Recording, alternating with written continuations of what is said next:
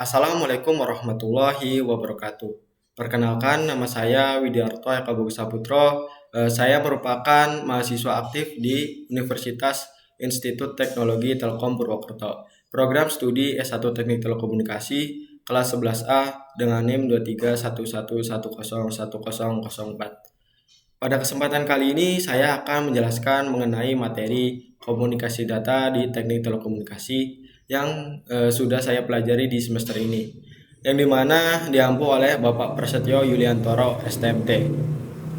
Nah, di penjelasan ini saya akan menjelaskan beberapa subbab, diantaranya seperti apa sih yang dimaksud komunikasi data, selanjutnya yaitu eh, pemodelan jaringan, selanjutnya yaitu enkapsulasi dan dekapsulasi, selanjutnya yaitu eh, penjelasan terkait lapisan-lapisan di dalam pemodelan jaringan, selanjutnya yaitu perhitungan delay dan jitter. Nah, langsung saja masuk pada pembahasannya. Nah, berikut merupakan materi mengenai komunikasi data yang sudah saya persiapkan untuk penjelasannya. Apa sih yang dimaksud komunikasi data? Komunikasi sendiri berarti berbicara atau bertukar informasi, sedangkan yang dimaksud data adalah informasi yang dipertukarkan antar dua atau lebih perangkat. Jadi, yang dimaksud komunikasi data adalah pertukaran data antara dua perangkat atau lebih melalui media transmisi. Kemudian, parameter. Apa saja sih parameter yang ada dalam proses komunikasi data? Yang pertama yaitu tujuan atau penerima harus benar dan sesuai. Yang kedua yaitu data tidak boleh diubah. Yang ketiga yaitu waktu pengiriman delay. Dan yang keempat jitter atau variasi waktu kedatangan paket selama proses transmisi. Selanjutnya komponen-komponen penyusun dari proses komunikasi data. Ada 5 komponen. Yang pertama yaitu data itu sendiri. Data bisa berupa teks, gambar, audio maupun video. Yang kedua yaitu pengirim. Dan yang ketiga yaitu penerima. Dan yang keempat yaitu media transmisi. Bisa berupa saluran fisik yang berfungsi untuk mentransfer data antara perangkat ke perangkat lainnya. Ini bisa berupa kabel twisted pair, fiber optik, dan gelombang radio. Selanjutnya yang kelima yaitu protokol. Ini merupakan aturan atau standar yang digunakan untuk mengatur bagaimana cara perangkat berkomunikasi atau bertukar informasi. Selanjutnya ada aliran data atau data flow dalam komunikasi data. Terdapat 3 aliran data. Yang pertama yaitu simplex. Simplex merupakan komunikasi data satu arah. Ketika pengirim mentransfer data ke penerima, maka penerima tidak bisa membalas pesan atau data tersebut. Contohnya pada penggunaan radio AM atau FM. Yang kedua yaitu pada komunikasi data multiplex. Ini merupakan komunikasi data dua arah tetapi tidak dalam waktu yang bersamaan. Nah, contohnya pada penggunaan walkie-talkie. Dan yang ketiga yaitu komunikasi data full duplex. Ini merupakan komunikasi data dua arah yang bisa dilakukan dalam waktu bersamaan. Contohnya seperti penggunaan handphone ketika kita bertelepon. Selanjutnya itu ada pemodelan jaringan di dalam komunikasi data. Apa saja sih pemodelan jaringan di dalam komunikasi data? Yang pertama yaitu ada TCP/IP dan yang kedua ada OSI model. Nah, di dalam OSI model tersusun dari 7 layer. Yang pertama yaitu layer fisikal, kemudian layer data link, kemudian layer network, dan kemudian layer transport, kemudian layer session, kemudian layer transport, dan application. Sedangkan di layar TCP atau IP model ini hanya terdapat 4 layer, yang dimana pada layer application ini mencakup 3 layer di OSI model, yaitu application, presentation, dan session. Selanjutnya itu ada layer transport, kemudian layer internet, dan layer network access. Nah, di dalam layer-layer tersebut terdapat protokol-protokolnya. Yang pertama yaitu pada layer application, contoh protokolnya seperti Telnet, FTP, TCP, SNTP, HTTP, dan SNMP. Kemudian pada layer transport, contoh protokolnya yaitu TCP dan UDP. Kemudian pada layer internet, Contoh protokolnya berupa IP, ICMP, IRP, dan RIRP. Kemudian pada layar network access ini protokolnya bisa berupa Ethernet, Fast Ethernet, Token Ring, dan FDDI. Selanjutnya yaitu analogi konsep layering. Nah, di sini saya analogikan ketika ada seseorang yaitu Maria dan Ann melakukan komunikasi data. Nah, Maria di sini berperan sebagai pengirim atau TX dan N sebagai penerima. Sebelum memulai komunikasi, Maria dan Ann akan menyetujui aturan yang digunakan selama berkomunikasi data. Yang pertama yaitu protokol yang digunakan, misalkan menggunakan bahasa yang sama dalam penulisan surat. Dan yang kedua yaitu menggunakan jasa pengiriman yang sama. Dan yang ketiga yaitu algoritma acak, yaitu geser satu huruf. Nah, kita langsung analogikan ketika Maria di layer 3 menuliskan atau membuat pesan, Maria akan meneruskannya ke layer 2 yaitu untuk mengenkripsi pesan tersebut agar pesan tersebut jadi acak supaya tidak bisa dibaca oleh jasa pengiriman atau kurir. Kemudian dari layer 2 akan dikirim ke layer 1. Ini berfungsi untuk mengirim pesan atau data tersebut melalui media transmisi. Kemudian akan diterima oleh Ann, yang dimana akan diterima dalam data atau pesan yang masih acak. Kemudian agar data tidak acak, kemudian dari layer 1 diteruskan ke layer 2 untuk didekripsi agar data tersusun kembali seperti yang dituliskan oleh Maria. Dan setelah dari layer 2 kemudian diteruskan ke layer 3 untuk diterima dan didengarkan oleh Ann. Selanjutnya itu cara kerja OSI layer. Nah, masing-masing layer di sini memiliki fungsi-fungsinya sendiri. Nah, untuk menjalankan fungsi-fungsi layer tersebut diperlukan protokol. Nah, masing-masing layer memiliki protokol yang berbeda. Contohnya seperti ketika PC1 mengirimkan data ke layer application.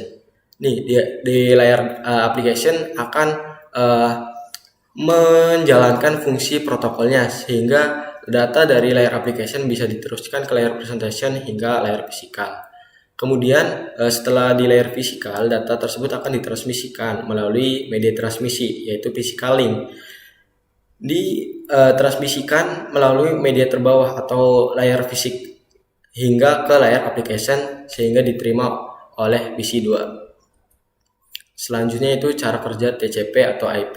Nah, ini analogi ketika komputer A akan mengirimkan data ke komputer B. Nah, data dari komputer A akan dikirim ke layar application, kemudian dibungkus menggunakan protokol application, misalnya HTTP. Kemudian data tersebut dikirim ke layar transport untuk dipecah menjadi data segmen untuk TCP dan datagram untuk UDP. Itu terjadi penambahan header. Nah, kemudian data segmen dan datagram itu ditransferkan ke layar internet sehingga dipecah menjadi paket IP. Nah, paket IP ini nanti akan ada proses penambahan header. Nah, selanjutnya paket IP tersebut akan diteruskan ke layar network access.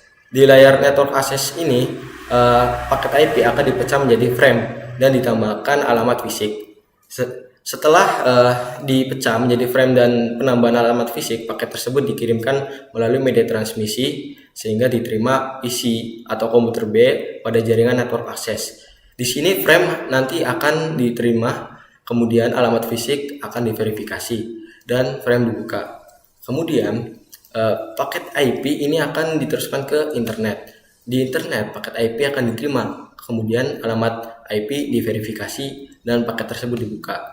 Setelah dibuka, ini bagian datagram dan segmen akan diteruskan ke layar transport. Nah, di layar transport ini datagram dan segmen diterima dan diverifikasi, kemudian disusun kembali. Nah, data dari transport ini kemudian diteruskan ke application sehingga diterima oleh komputer B. Selanjutnya itu proses enkapsulasi dan dekapsulasi. Apa sih yang dimaksud enkapsulasi? Enkapsulasi adalah suatu proses menambahkan header dan trailer pada sebuah data. Sedangkan dekapsulasi merupakan proses kebalikan dari enkapsulasi, yaitu menghapus atau membuang header dan trailer sehingga perangkat tujuan dapat membaca data aslinya. Nah, berikut merupakan enkapsulasi dan dekapsulasi pada model OSI.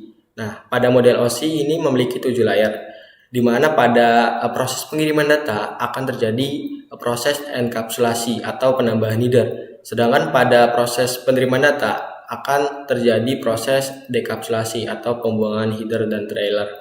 Nah, ketika data dikirim ke layar application, ini akan terjadi enkapsulasi atau penambahan header hingga layar fisik. Nah, setelah data di enkapsulasi di layar fisik, maka data tersebut akan ditransmisikan melalui media transmisi dan diterima oleh tujuan. Nah, di layar tujuan ini diterima di layar fisik. Di layar fisik nantinya akan diproses dekapsulasi atau pembuangan dan penghapusan header dan trailer hingga ke layar application, sehingga data dapat diterima atau data aslinya bisa dibaca oleh penerima. Nah, selanjutnya yaitu enkapsulasi dan dekapsulasi model TCP/IP. Model TCP/IP ini juga sama, di mana pada proses pengiriman data akan terjadi proses enkapsulasi dan pada proses penerimaan data akan terjadi proses dekapsulasi. Nah, pada proses enkapsulasi, data dari application ini akan dikirimkan melalui atau diteruskan ke layar transport. Kemudian dari layar transport ini akan terjadi proses enkapsulasi sampai ke layar data link.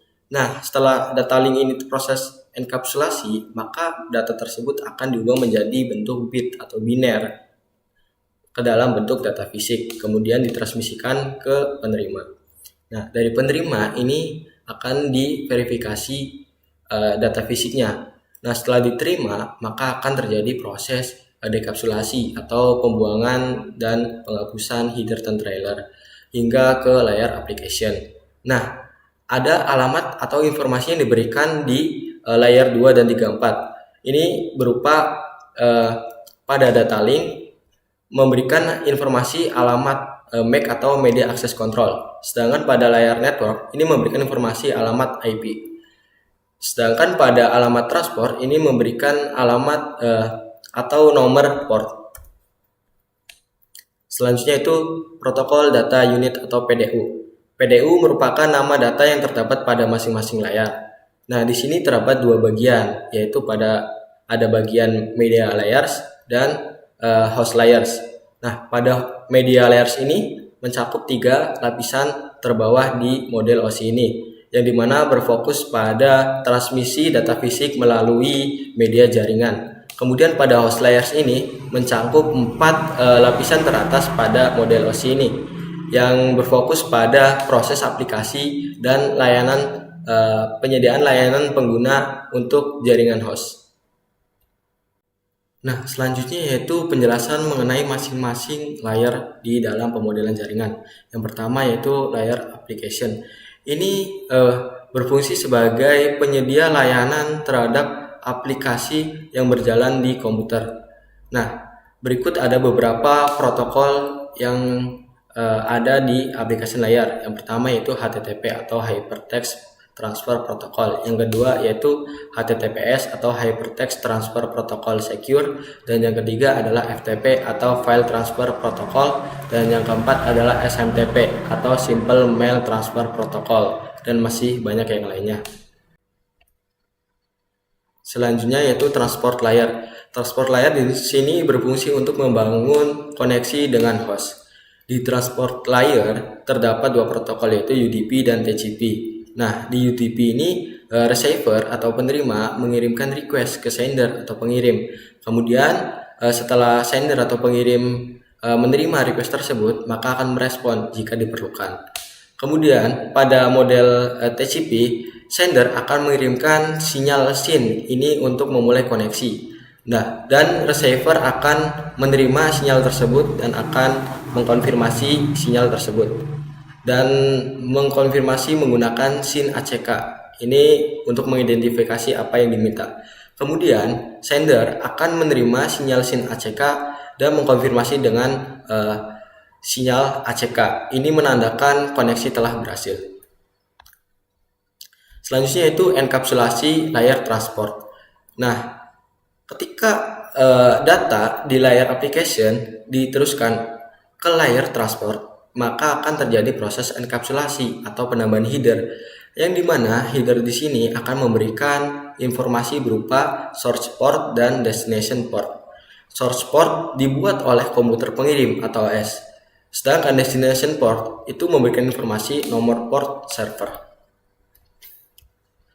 Selanjutnya itu perbedaan antara Transmission Control Protocol atau TCP dan User Datagram Protocol atau UDP. Pada TCP membagi pesan keluar menjadi beberapa segmen. Kedua yaitu berorientasi menggunakan koneksi. Yang ketiga yaitu handal atau mengirim ulang data jika belum diterima. Yang keempat yaitu menyusun kembali pesan di komputer tujuan. Yang kelima yaitu memberikan kontrol aliran.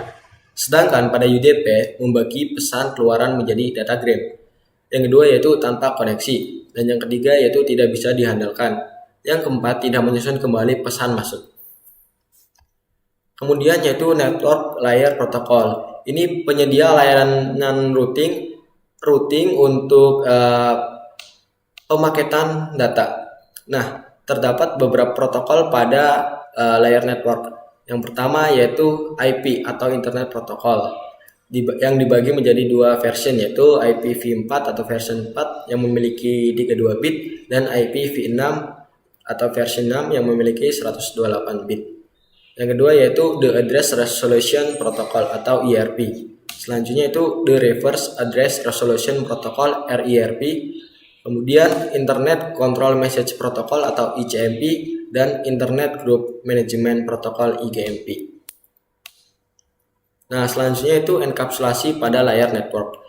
Nah, ketika data dari layar transport diteruskan ke layar network, maka akan terjadi proses enkapsulasi di mana terjadi proses penambahan header yang dimana header di sini memberikan informasi berupa source IP atau destination IP. Selanjutnya itu data link. Nah, data link di sini dibagi menjadi dua sublayer, yaitu LLC (Logical Link Control) dan MAC atau Media Access Control. LLC ini termasuk ke dalam data logik sehingga berfungsi sebagai enkapsulasi dan dekapsulasi serta check frame yang rusak atau error detection. Sedangkan pada MAC ini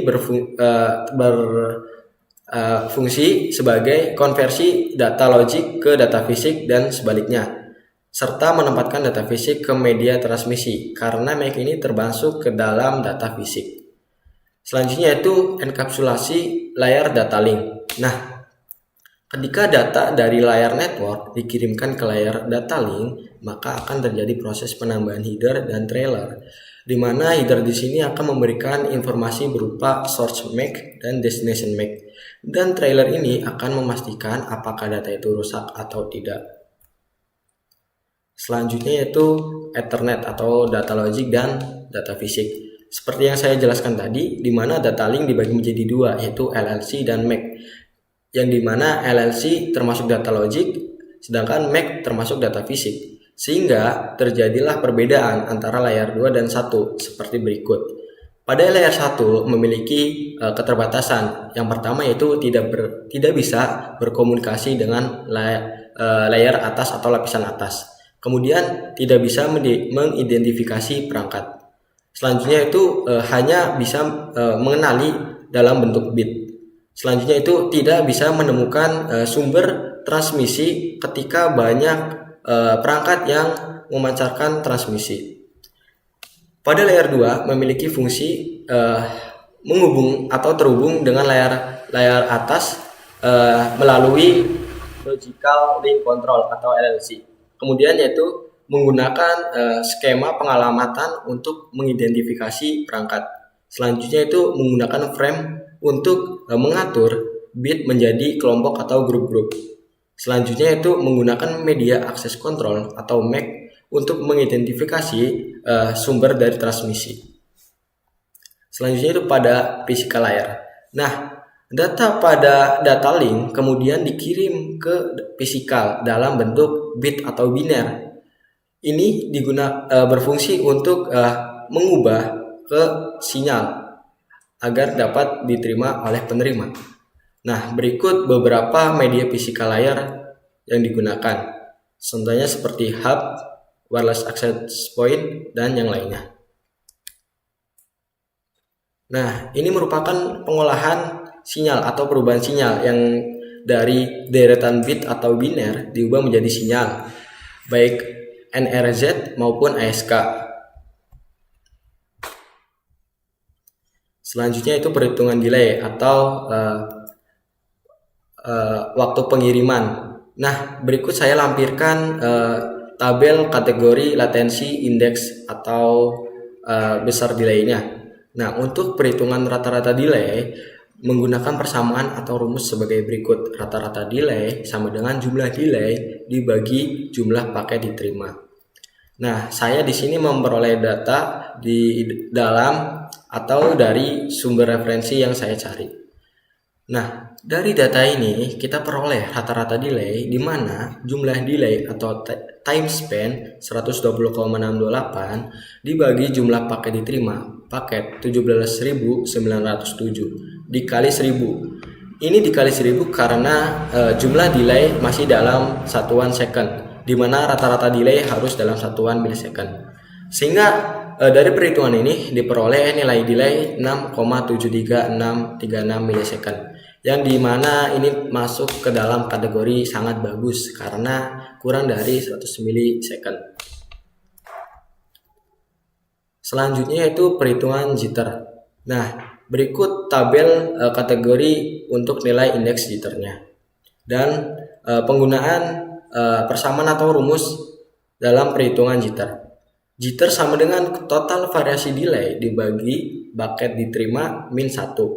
Dan total variasi delay diperoleh dari penjumlahan, di mana delay 2 min delay 1 plus delay 3 min delay 2 plus hingga delay n min delay n min 1. Nah, sehingga dari data tadi diperoleh nilai jitter sebesar 5,73636 milisecond, yang dimana termasuk dalam kategori bagus karena dalam rentang 0 milisecond hingga 75 milisecond.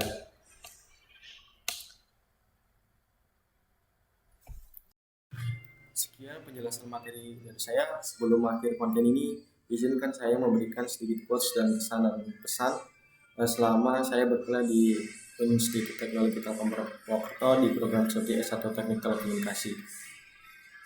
Quotesnya yaitu malas menuntut ilmu sama saja susah untuk maju. Kesannya selama berkuliah di Institut Teknologi Telkom Purwokerto yaitu senang dan lingkungannya sangat mendukung untuk saya berkembang, serta pengajaran dari para dosen-dosen yang berkualitas sangat jelas dan mudah dipahami. Pesannya yaitu untuk para dosen yang akan membimbing saya ke depannya, diharapkan bisa lebih meningkatkan pembimbingannya atau meningkatkan kualitas pengajarannya agar mahasiswa lebih tertarik atau lebih merasa puas sekali kepada pelayanan atau bimbingan dari para dosen sekalian. Kurang lebihnya mohon maaf, semoga materi yang saya bawakan mudah dipahami. Wabillahi taufiq wal hidayah. Wassalamualaikum warahmatullahi wabarakatuh.